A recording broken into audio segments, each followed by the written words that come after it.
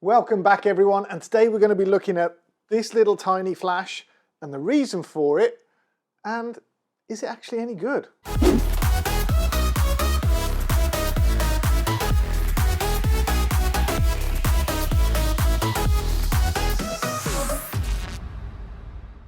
Flash came Meike, M-E-I-K-E, I think it's Meike, and this is the MK320. So it's a nice little tiny compact speedlight, as you can tell from the size of the box. And in here, we've got a little stand. Don't tend to use them very often. We got some destructions and a guarantee of some sort. So that's it in the box. We've got a nice little bag to put it in and transport it. Nothing else in there. We've got a little diffuser onto there, and that is the flash. That's it. Get that into there. So this little unit here,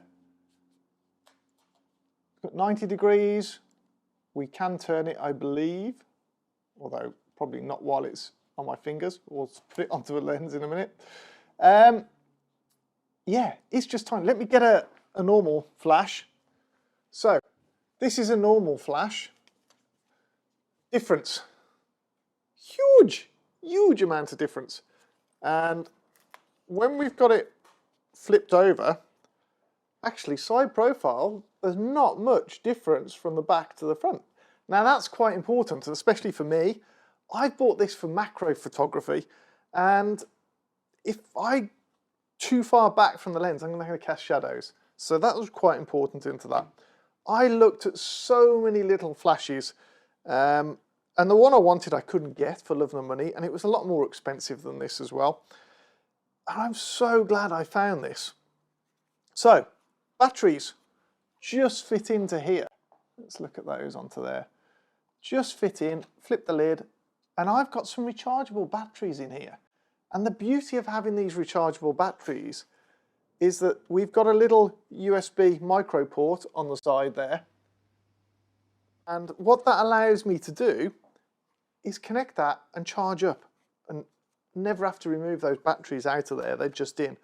So it's not quite as good as having lithium-ion batteries in there, they're just NiAN batteries, but makes for a pleasant change, and I don't use it all that often in all fairness.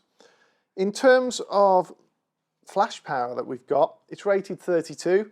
I believe this is rated about 80, if I'm correct. This is a Ilux, which is equivalent to a Godox, in all fairness. So yeah, so what I'm going to do is I'm going to show these against the back wall so you can see how much power it's getting out. And then I'm going to show you some of the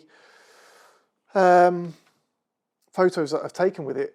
In terms of macro, I'm not doing portraits with this, and I've got to be honest, if I was going to be doing portraits, I probably would use a bigger flash, because I've got the power and I've got the options into there.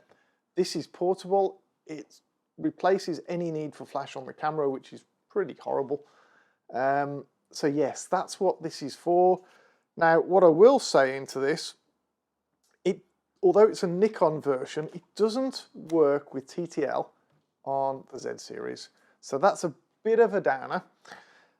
I don't use flash with TTL, I've got to be honest, I just don't do it. What's the point of letting the computer determine how my photograph should come out? And I think that should be the same for you. If you're using this and you just want it for family snaps, different kettle of fish, I can understand that. But if you're on this channel, chances are you want to up your game and you want to get somewhere and do something a bit more creative with your photography, so you're going to be using this in manual anyway. So it's not really a big issue. It does work fine in TTL on the older Nikons, they just haven't updated it for the newer Nikons. I don't think they're going to either, so don't get it thinking they're going to do a firmware upgrade. I don't think that's going to happen. But that being said, is it any good for macro? So I'm going to set this at 1.1. And I'm going to set this one at 1.1 as well. And I'm going to do a test flash on both, so you can see the power that's coming out of these. So This is the Ilux Godux version.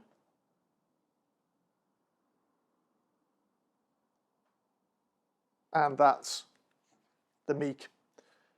I can't tell what spread that gave from there until I watched the video back, but I think it will give you an indication of how much it's lighting up from that distance. I appreciate I only want it for macro, but you might want it for something different. It's nice to see what power output you can get onto that. If we drop these down to 128, we'll do the same again. And we've got 128 on here as well. There we go. So let's do a test again. So this is the Ilux Godux version. And that's the Meike. So you'll be able to see for yourself how much that lit up. I know I've got light in the background, but it shouldn't matter. It should override that. It shouldn't be that low, he says. Yeah, let's go and have a look at some of these photos. Hey, it would be really, really helpful to me if you could subscribe to the channel. It would make a world of difference. Trying to build this channel, I could really use your help. That'd be great. If you don't feel like subscribing, I'd really appreciate a thumbs up. That would make the world of difference to me. Thanks. Right, leave you to it.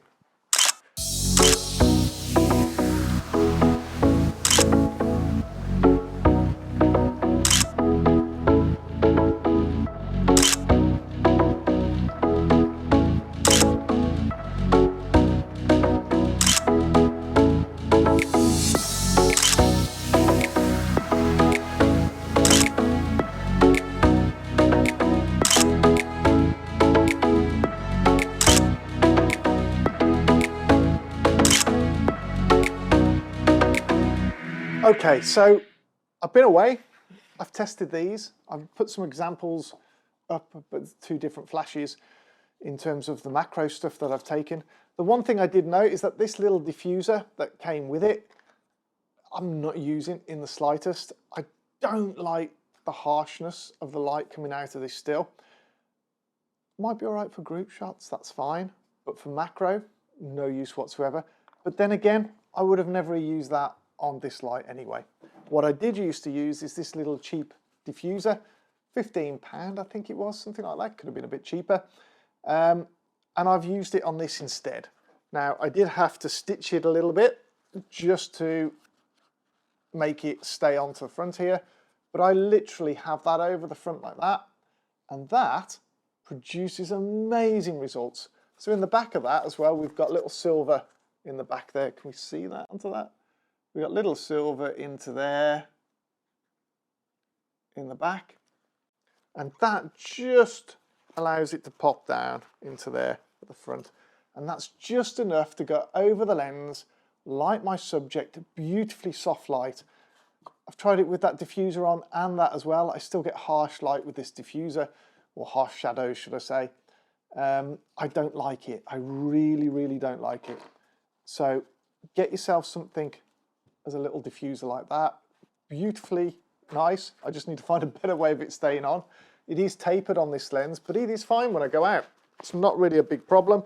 You can put it down for storage, pop it out a little bit. It must be out to get the benefit of it. Don't keep it all the way back. And that's a beautiful little lens. And I think you'll agree from the photos, this is perfect. It fits in my bag. It's lovely and light. It is probably the perfect little travel light, and especially for the price. This was £70 I believe. Trying to find a speed light at this size, at that price, I just haven't found any.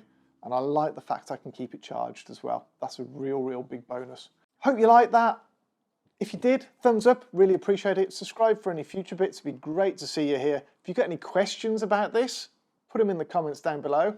Or if you've got a speed light that you found that you think's amazing, then let me have a look at it. Let me know. It'd be great to have a look at different ones of these as well. Thanks for watching.